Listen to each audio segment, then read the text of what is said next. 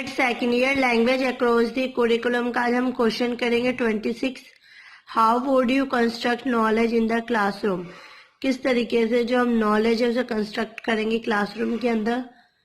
Answer,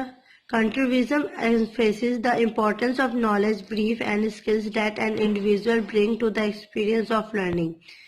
जब हम किसी भी चीज के कंस्ट्रक्शन करते हैं, चाहे नॉलेज हो, ब्रीफ हो या फिर कोई भी स्किल्स हो, वो हम किसी भी बच्चे के अंदर या किसी भी इंसान इंडिविजुअल के अंदर डालते हैं, तो उसके लिए क्या होता है, हमें लर्निंग की एक्सपीरियंस की बहुत ज़रूरत होती है। क्योंकि जब तक हमें इस चीज़ के बारे में कोई भी नॉलेज नहीं होगी तो हम बच्चों को या किसी और इंडिविजुअल को किस तरीके से इस बारे में नॉलेज प्रोवाइड करवा पाएंगे। It organises the construction of new understanding as a combination of peer learning, new information and reading to learn। इसमें क्या होता है, ये ऑर्गेनाइज करता है कि हमें जो कंस्ट्रक्शन करनी होती है इस तरीके से करनी होती है कि इसके लिए हमें सबसे पहले खुद को समझना होता है, और फिर से हम जिस इंसान को समझाना चाहते हैं, फिर जिसके अंदर हम नॉलेज स्किल्स वगैरह डालना चाहते हैं उसके बारे में हमें अच्छे से पता होना चाहिए, उसके साथ हम अच्छे से कंबाइन हो सके, और तभी हम उस बच्चे इंसान को लर्निंग करवा सकते हैं, न्यू इन्फॉर्मेशन उसे प्रोवाइड कर सकते हैं और नई लर्निंग करवा सकते हैं। इन the classroom the teacher guide the direction of student, enquiring the promotes new pattern of thinking. इसमें क्या कहा गया है, जो टीचर्स होती है वो क्लासरूम के अंदर जब बच्चों को पढ़ा रही होती है तो सबसे पहले उनके बारे में इंफॉर्मेशन कलेक्ट करते हैं कि जो बच्चा है वो किस तरीके से पढ़ता है, उसका लर्निंग स्किल्स क्या है, उस हिसाब से वो बच्चों को गाइड करती है, उसे डायरेक्शन देती है। और क्या होता है, बातों बातों में बच्चों के इंक्वायरी भी करती रहती है, जानने की कोशिश भी करती है कि जो बच्चा है वो क्या करना चाहता है, उसका आगे बढ़ के क्या बनने की इच्छा है, उसी चीज के लिए वो बच्चों को प्रमोट करती है। प्लस में वो बच्चों को इस तरीके से सहायता करती है और उन्हें नए नए तरीके बताती है, पैटर्न्स बताती है, सोचने का उनका जो नजरिया तरीका है वो भी चेंज करती है, जिससे कि जो बच्चे वो भी इजीली अच्छे तरीके से लर्निंग कर सके और सक्सेस हो सके। The student exchange their personal views and test them against the ideas of others. इसमें क्या होता है, जो बच्चे होते हैं, स्टूडेंट्स होते हैं, वो भी क्या होता है, जब टीचर्स उनसे टेस्ट वगैरह ले रही होती है तो उसमें जो बच्चे भी होते हैं वो भी टेस्ट देते हैं अपने पर्सनल व्यू, जैसे क्वेश्चन आंसर ओरल टाइप में होता है, तो उसमें क्या होता है, बच्चों से वो क्वेश्चन आंसर भी आस्क करती है, जिससे वो उसका पर्सनल व्यू समझ पाते हैं कि जो बच्चा है वो बड़ा होकर क्या बनना चाहता है, उसका उद्देश्य क्या है वो, या फिर लाइफ में क्या करना चाहता है। इस वजह से जो टीचर्स उसके बारे में पूरी नॉलेज इकट्ठी करती है। प्लस में जो बच्चों के लिए आइडिया की जरूरत होती है तो उसे आइडियाज भी प्रोवाइड करती है, और प्लस में उन्हें अपॉर्चुनिटीज भी देती है। Ways of constructing knowledge in the classroom, क्या क्या रास्ते हैं जिससे हम क्या होता है नॉलेज को कंस्ट्रक्ट कर सकते हैं क्लासरूम के अंदर। फर्स्ट पॉइंट है student autonomy and initiative are expect and encourage. इसमें क्या है, for constructing knowledge in the classroom students autonomy and initiative are expect and encourage. इसमें क्या होता है, जब हम कंस्ट्रक्शन को नॉलेज को कंस्ट्रक्ट करेंगे क्लासरूम के अंदर तो बच्चों के सबसे पहले उनके बारे में आत्मज्ञान होना चाहिए और बच्चों को इस चीजों के बारे में पता होना चाहिए। प्लस में जब हम बच्चों को इनकरेज करें तो उस तरीके से करें कि बच्चे भी उस चीज को माने और अपने आप को भी वो इनकरेज होने में सहायता दें। By respecting student ideas and encouraging independent thinking, teacher help student attain their own intellectual identity। इसमें क्या है, जो टीचर्स होती है उन्हें बच्चों की जो भी आइडियाज होते हैं उसके ऊपर उन्हें भी क्या होता है बच्चों की रिस्पेक्ट करनी चाहिए, उनकी जो आइडियाज होते हैं उन्हें ध्यान से सुनना चाहिए। प्लस में उसमें कोई प्रॉब्लम हो या फिर उसे कुछ आइडियाज में चेंजेस करने की जरूरत होती है तो उसमें टीचर को उनकी सहायता करना चाहिए और बच्चों को इनकरेज भी करना चाहिए, जिससे क्या होता है वो अपने बारे में जो भी कुछ सोचे उसे इंडिपेंडेंट सोच सके, अब किसी के ऊपर निर्भर ना हो सके। और टीचर होती है उससे बच्चों के ऊपर बात बात पर ध्यान भी देना चाहिए, जिससे कि उसकी जो इंटेलेक्चुअल आइडेंटिटी है वो भी बढ़े, प्लस में जो बच्चों की थिंकिंग लर्निंग पावर है वो भी बढ़ सके। They take responsibility for their own learning and become problem solver. जो टीचर्स होती है उसे भी क्या होता है अपनी रिस्पॉन्सिबिलिटी को समझना चाहिए और उससे जो भी बच्चे जो लर्निंग कर रहे होते हैं उसके ऊपर ध्यान देना चाहिए, जिससे क्या होता है बच्चे भी अपने आप को असहाय महसूस ना करें और जो बच्चों को प्रॉब्लम्स हो वो टीचर उन्हें सॉल्व कर सके। सेकेंड पॉइंट है the teacher ask open ended question and allow wait time for response. इसमें क्या जो टीचर्स होती है वो बच्चों से क्या होता है ओपन एंडेड क्वेश्चन पूछ सकते हैं, किसी तरह का होता है ना कि छुपा के या फिर बिना किसी बताए या फिर बिल्कुल अच्छे तरीके से ना हो, ऐसा ना हो। और वो क्या होता है, बच्चों के जो वो आंसर देते हैं उसके लिए भी वो वेट करे, ये ना कि वो तुरंत क्वेश्चन किया और तुरंत ही उसे आंसर चाहिए, ऐसा ना हो, बल्कि उसे आंसर के लिए भी वेट करना चाहिए। Reflective thought takes time and is often built on their ideas and comments. इसमें क्या होता है, जब टीचर्स होती है क्वेश्चन पुटअप करती है स्टूडेंट्स से, तो उसके लिए क्या होता है, टीचर्स को बच्चों को थोड़ा टाइम भी देना चाहिए, जिससे कि जो बच्चे होते हैं वो अपने आइडियाज, अपने थॉट्स, अपने कमेंट्स को औरों के सामने रख सकें। जिससे क्या होता है, जो टीचर्स होती है उन्हें भी बच्चों की नई आइडियाज और उनके साथ कॉम्बिनेशन और कंबाइन होने का मौका मिले। The best teacher ask question and the best student response will structure the success of student in inquiries. इसमें क्या होता है, जो टीचर्स होती है उसे इस तरीके से बच्चों से क्वेश्चंस पूछना चाहिए और उनके रिस्पॉन्स का भी क्या कहते हैं वेट करना चाहिए, जिससे कि जो बच्चे होते हैं उनके बारे में उनके आइडियाज पता कर सकते हैं। और वो जो बच्चे होते हैं वो अपनी जो उनके मन में इंक्वायरी होती है या फिर जो भी कुछ क्वेश्चंस वगैरह होते हैं वो टीचर से आराम से पूछ लेते हैं। इससे क्या होता है, जब टीचर बच्चों के साथ एक तरीके से अच्छे तरीके से बिहेव करेगी, प्लस फैमिलियर रहकर क्वेश्चन आंसर करेगी, फिर फैमिलियर होकर बच्चों को चीज़ों को समझाएगी। इससे क्या होगा, बच्चे उस चीज़ों को आसानी से समझेंगे, प्लस में उन्हें टीचर से किसी प्रकार का कोई डर नहीं होगा, वो अपनी हर एक बात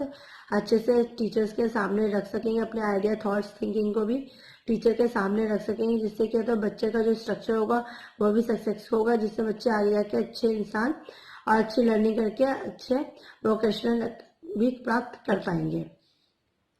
थर्ड पॉइंट है, high level thinking is encourage. इसमें क्या जो टीचर्स होती है उनको क्या होता है, बच्चों की जो थिंकिंग होती है उसे भी हाई लेवल पे लेना चाहिए और टाइम टू टाइम इनकरेज भी करना चाहिए।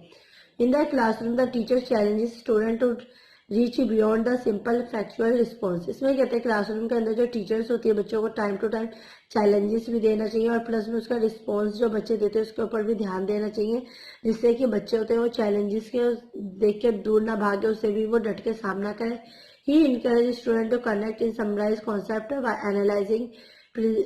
predicting, justifying and defining their ideas। इसमें क्या होता है, जब बच्चे से टीचर चैलेंजेस करेंगे, क्वेश्चन आंसर पूछेंगे, तो इससे क्या होगा, जो बच्चे होंगे उनका भी उत्साह बढ़ेगा, वो एक दूसरे से कनेक्ट करेंगे और जो भी वो उसमें पढ़ाया जाएगा उस पर ध्यान भी देंगे। उससे क्या होगा, जो टीचर होगी बच्चों को एनालाइज कर पाने में किसी प्रकार की कठिनाई नहीं होगी, वो क्वेश्चन आंसर के पीछे जो जस्टिफाई है उसे जस्टिफाई कर सकेगी और प्लस में वो क्या होता है, जो बच्चों की जो आइडियाज वगैरह वो भी अच्छे से जान पाएंगी, जो कि बच्चे बिना डर के टीचर को बताने में भी सक्सेस हो पाएंगे। फोर्थ पॉइंट है, student are encourage engage in the dialogue with the teachers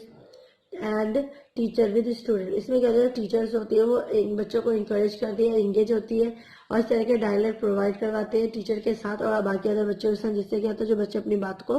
बिना डरे एक दूसरे से कह सकें। Social intercourse help students change और एनफोर्स देयर आइडियाज। इसमें क्या होता है, जब हम समाज के साथ एक दूसरे के साथ तालमेल बनाते हैं, एक दूसरे के बच्चों के साथ बात करते हैं, फिर समाज में एक दूसरे लोगों के साथ बात करते हैं, इससे क्या होता है, जो हमारी चीजें होती है, हमारी बातें होती हैं, हमारी जो कंजर्वेशन होती है वो एक्सचेंज होती है, चेंजेस होती है। और क्या होता है, इसमें जब हम टीचर को कुछ नए नए आइडियाज वगैरह देते हैं, जो तो टीचर्स भी क्या होता है हमें उसके लिए हमें इन्फोर्स देती है, हमें गिफ्ट वगैरह देती है और हमारा उत्साह बढ़ाती है। If they had the chance to present what they think and her other ideas, student can build a personal knowledge base that they understand। इससे क्या होता है, जब टीचर्स होती है जो बच्चों को क्वेश्चन पुटअप करती है और प्लस में बच्चों को टाइम टू टाइम इनकरेज करती है, जिससे जो बच्चे होते हैं उनके जो थिंकिंग लेवल और जो चीजें समझने का जो तरीका होता है वो भी बहुत अच्छा होता है और जो बच्चे होते हैं वो भी अपने जो पर्सनल नॉलेज की जो डेवलपमेंट होती है, जो भी उनको रिक्वायर होता है वो टीचर से अपने सहपाठियों से पूछ के उसे अच्छे से करते हैं। प्लस में उन्हें जो भी अलग अलग जो आइडियाज होते हैं वो बिना किसी डर से अपने टीचर को बताते हैं, जिससे क्या होता है जो टीचर्स होते हैं वो भी बच्चों को अंडरस्टैंड करने में किसी प्रकार की कोई तकलीफ नहीं होती है और बच्चे भी होते हैं वो भी अपने टीचर्स का बहुत ही अच्छे तरीके से उन्हें समझ पाते हैं और अपनी जो मन की बात होती है, थिंकिंग आइडियाज होते हैं वो भी उन्हें बताते हैं।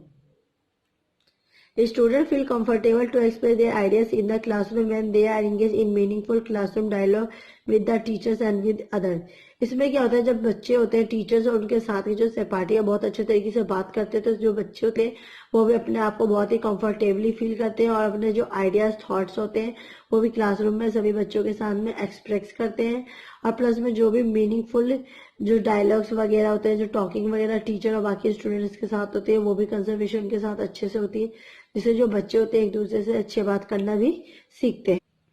फिफ्थ पॉइंट है student are engage in experience that challenges hypothesis and encourage discussion. इसमें क्या होता है, जो टीचर्स होते हैं बच्चों को एंगेज करते हैं जिससे वो अपने एक्सपीरियंस के अपने चैलेंजेस की वजह से चीज़ों को देख सके, हाइपोथेसिस कर सके और अपने डिसीजन में वो टीचर्स उन्हें इनकरेज कर सके और वो खुद से भी इनकरेज हो सके।